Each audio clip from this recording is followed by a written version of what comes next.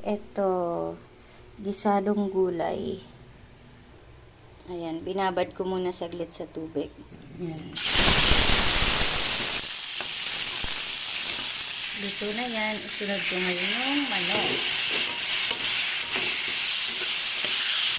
Nilagyan ko na siya ng salt and pepper. Lalagyan ko naman siya ng Mamacita's oyster sauce. Baka naman.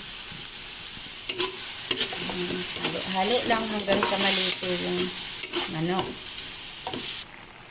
Luto na yung manok. Ilalagay ko ngayon yung matitigas na part ng gulay.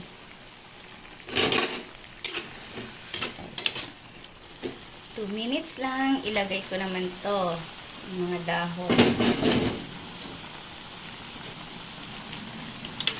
Ayan. Masarap na tayong ito na. Luto na ang ating masarap na gulay. Yan.